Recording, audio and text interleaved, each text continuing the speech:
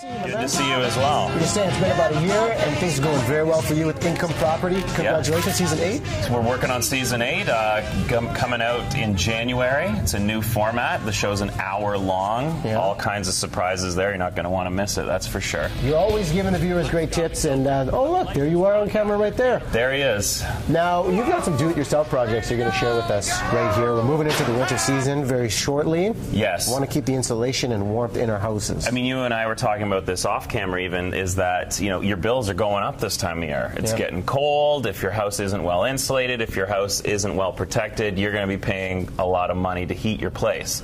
So here's a couple things that are going to save you some money. Things you can tackle pretty much this whole list on one weekend. Anybody can tackle. Anyone can tackle. This is all DIY stuff. The first thing, you're going to have to put some gloves on. Okay. And you have goggles there? I got goggles for you. Thanks. Safety first all the way. And you got a tie. You have to wear a tie for this. Okay, that's covered. Did you wear a tie on the show? No. I don't remember seeing a tie. There's no time for ties. Okay. So I'm going to open up this bag here. Now this is something different. You know, you've probably seen us blow insulation into attics. You've seen us use bad insulation. You've seen spray foam, but you haven't seen this yet because it's new. And this is something we've been doing with a lot of homeowners. Okay.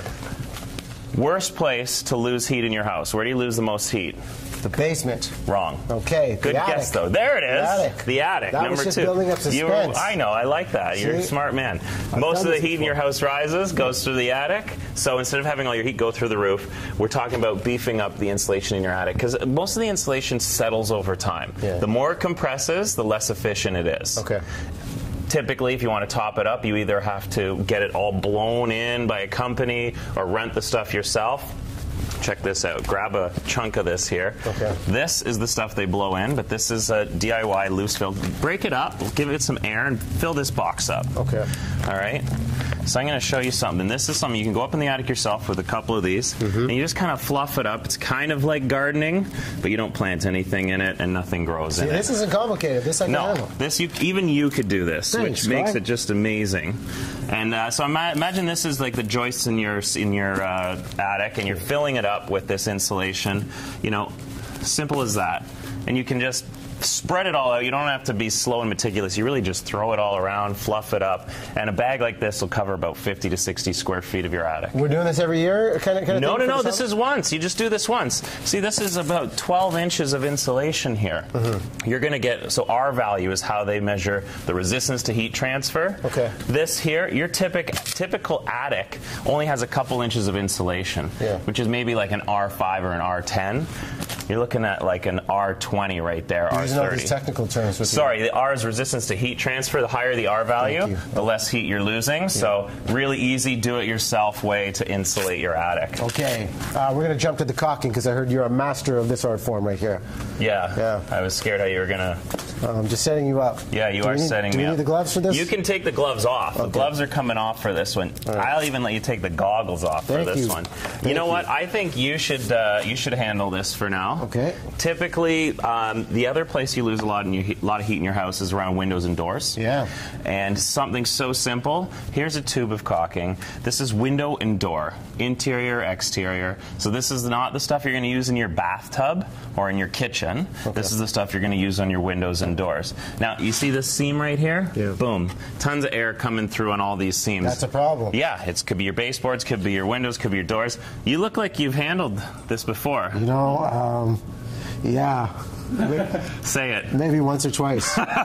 Maybe once or twice. All right, let's see what you can do. Okay. I've already got it cut for you. Okay. Don't squeeze it too hard. Okay, just gentle, right? Well, keep going, yeah. Okay. At this rate, you know, you're going to have an hour show as well. Now, how much are we supposed to be putting in here? That's actually not bad. Yeah, you're doing a pretty good job. Now, careful, because it's going to continue to drip unless you release the pressure there. Okay. That's not bad. That's a lot, actually, but it's not bad. Okay. Little secret here, you want to wet your finger when you're working with this, whether you use a wet towel or just spit on your finger, okay, and you go along, boom, just like that. Very good.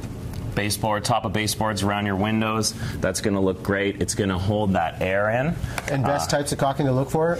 Well, I mean, this is a simple window and door caulking, and I've got, you see, typically the tip will show you the color of it. So you've got all the different colors. If you've got gray doors, if you've got white windows, you can just color match and you're good to go. Very nice. Now, moving on. Big gaps.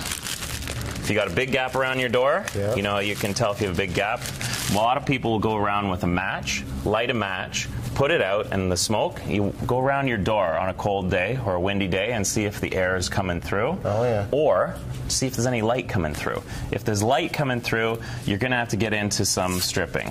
Okay. Some weather stripping. Okay. That's what I meant. I was with you. Were you? The weather stripping, yeah. Okay. Yeah. So this is weather stripping, really easy. Yeah. It's the foam with a tacky back on it. Mm-hmm. So you want to take this and you want to go around the parts where there's a gap, basically peeling it off, sticking it on as you go. Yeah. All right, very simple stuff. You know, it goes on like this.